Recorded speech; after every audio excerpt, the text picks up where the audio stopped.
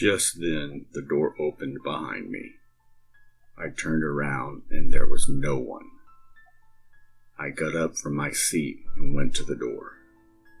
I slowly peeked outside. Today I bring you a scary ghost story. What happens if you hear whistling? Don't open the door. Here we go. This November was exceptionally cold. I had just finished college and got my first job as a data entry executive with a professional conference organizer. The company was responsible for managing a large medical conference in January. As a data entry executive, I was assigned to manage and update the delegate registration details on a computer, including other conference-related documentation. It was a desk job, and computers in India were very new. I was excited to learn and start earning straight out of college. For this conference, my company was coordinating with a team of doctors from the Institute of Medical Sciences, who would often come over to our office to oversee the day's progress and return to their chambers. Based on their convenience, they got us one of their science labs converted to a makeshift office, situated in the administrative building. During the day, the building looked just like any other office building where people would come and do their work, nothing special. Now, as the day of the conference came closer, more and more work started to pile up. Soon I saw myself working till late, sometimes 2, sometimes 3 hours past my usual shift. I didn't mind, but despite putting in those extra hours, the work kept on piling up. So finally, one day my supervisor told me just to spend the night and wrap up the pending work. To be honest, when you are young, just out of college, and been given a time to spend a night out on your own, and on top of it, get paid for it, there really is no reason to disagree. I was required to work along with 2 of my colleagues, Amit, my supervisor's nephew, and 3 years senior to me, and Rohit, who had been working with the company for over 4 years. All of us were asked to stay back, and we happily agreed. That night, I told my parents that I would not be coming home for a few days, as I had a lot of work to finish. My parents were surprised and reluctant. I called my supervisor, who spoke to my father on the house telephone, as mobile phones were not there in those days, and my father was convinced. Next morning, I packed my bag with whatever I thought I needed for the next couple of nights, wished everyone goodbye, and left for work. That day was just like any other day. We continued to work till the evening, and gradually most of our office colleagues left for home, while the 3 of us stayed back trying to finish up our respective work. That day, my supervisor was the last to leave. Before going, he gave us some money and told us to buy dinner from the canteen below. He wished us 3 good night and left. We were now all alone in the room. We looked at each other and then got on to doing what we were supposed to do. As I mentioned earlier, our office was a science lab converted into a makeshift office. Our tables were lab shelves, and where you'll find pen stands, we had test tubes, burners, flasks, and whatnot. We moved them around to make space for our desktops, documents, lots of files, and other conference-related materials. A couple of hours later, one of my colleagues, Amit, got up. He was going to the washroom, which was down the hallway almost 70 feet away from our room door. Amit stepped out and immediately returned inside. We looked up. His face was flushed. "What happened?" I asked Amit. "It's too far and the corridor is dark. One of you come with me, please." I looked at my other colleague, Rohit, and smiled. Rohit got up, and together they left the room. Now I was all alone. I got back to my work, all alone in that room, until I felt like I wasn't. I stopped, looked around. You know the feeling you get when somebody is watching you? I shrugged at this thought and carried on with my work. I soon realized that the only sound I could hear was my typing on the keyboard and my own breathing. I continued to punch the data and started to gently whistle the tune. Raindrops keep falling on my head. My naive attempt to distract any funny thoughts that were coming to my mind. A few things I needed to jot down, stopped whistling, reached out for the pencil. And as I was making the notes, I realized someone was whistling. The same damn song. Sound was very faint, as if someone was whistling somewhere far away. I immediately turned around. No one around me. Door still closed. I reassured myself that it must be Amit or Rohit, who would have heard me whistle. Where were they anyway? It's been over 20 minutes since they left. I returned back to work, began to whistle another popular tune of my times. Someone else is in your arms tonight. Just then the door opened behind me. I turned around and there was no one. I got up from my seat and went to the door. I slowly peeped outside.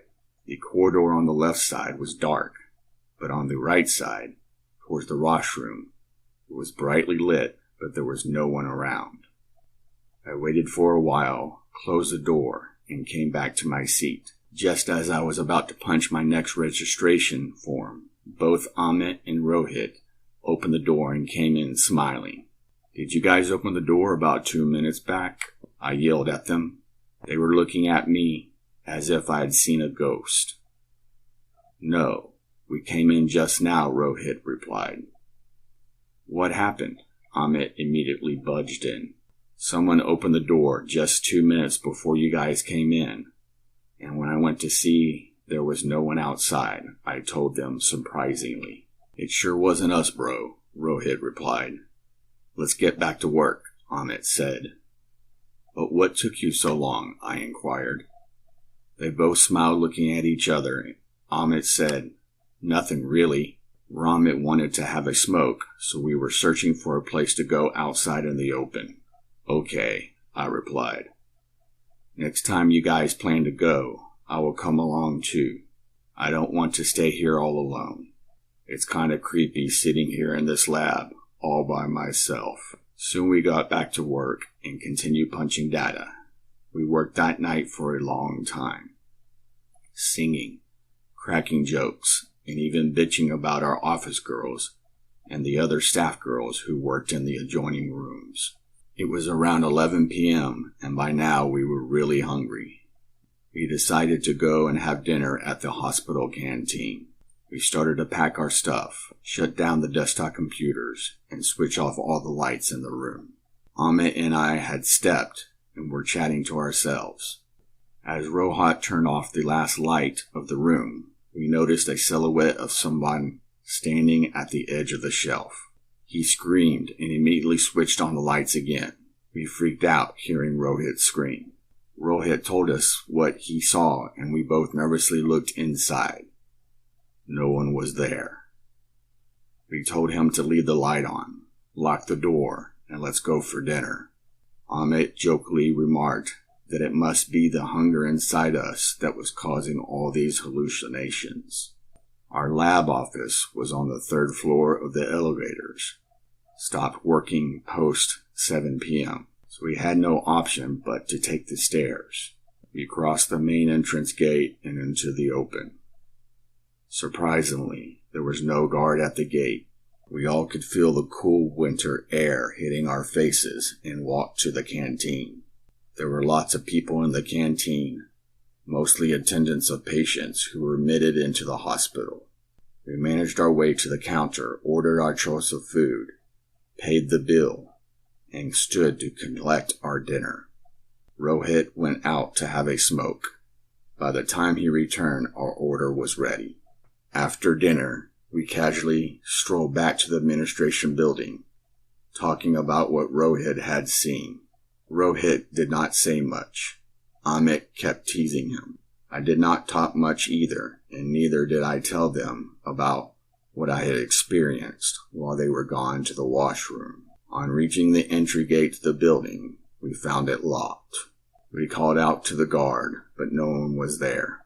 We walked towards the road, and there we saw a few guards huddled around a fire. Rohit recognized the guard who was responsible for the building and asked him to open the gates. The guard looked up to him and questioned, "What business do you have in that building at this hour of the night?" It was past midnight. Rohit told the guard about the work that we were doing and that we had to go back to the office to finish our remaining work. "What floor is your office?" "Third floor." "What room number?" 305. All the guards stopped what they were doing and gave us a long stare. 305 on third floor. "Are you sure?" asked the first guard. "Yes." "Why? What happened?" Amit asked surprisingly. "Nothing," the other guard said. Then they all looked at each other. "Sir," said the first guard, "it's best you come back tomorrow and finish your work. Take our advice. Go home. It's already so late in the night. Please take our advice." The way the guard told us, we were all a bit surprised, but we had work to complete, a lot of work, and the conference date was also approaching, so I immediately told the guard, "We have a lot of work to finish. Plus, we have permission to work there, so please open the gates and let us go." The guard looked at his colleagues, and they waved their hand to him to allow us to go. The guard came along with us to the entry gate and opened it for us. As we entered, he told us, "Go straight to your room, lock the door, and don't open it for the rest of the night. Okay?" Rohit asked, "Why? What's wrong?" For a moment, the guard was quiet, and then he whispered, "Murdergar." Murdergar is local slang for mortuary. He continued to tell us that the third floor has 3 rooms, where unclaimed bodies are kept of those who have met in an accident, or those who have been murdered or otherwise. And some police case is going on to their investigation like post-mortem. We were shocked. We ran outside the gate and stood there for a moment.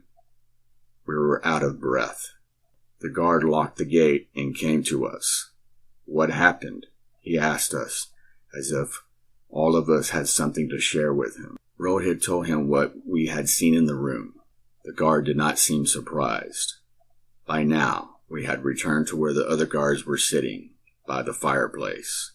The other guards told us that 302, 303, and 304 were rooms to where the dead bodies were kept. All the rooms were on the left side of our room, where the corridor was completely dark.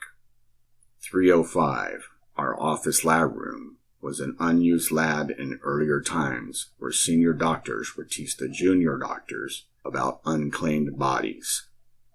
And 306 and 307, on the right side of the corridor, are the only operational rooms where clerical staff's records are kept. The rest of the rooms on the floor are empty. No one works on that floor anymore. That night was one of the longest nights for all 3 of us, and we waited for daylight eagerly. By 8 a.m. next day, we had finished our breakfast and waited for the rest of our office staff to come in for work. It took courage to take the elevator and step out onto the 3rd floor. Today, like any other day, the 3rd floor looked absolutely normal.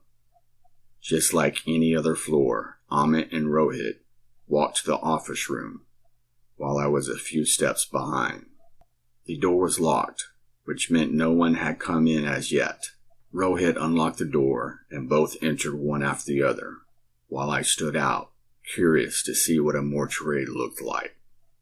It was daylight now, and I did not have anything to be afraid of.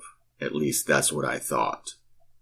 I slowly walked past 304 and then 303 and then towards 302. All the 3 doors identical and locked from outside. I felt happy and reassured that no one could have come out of these doors to open our office door last night. I turned around and started to walk towards 305, our office room. Just then, I heard a soft, very distinct whistle behind me. Raindrops keep falling on my head.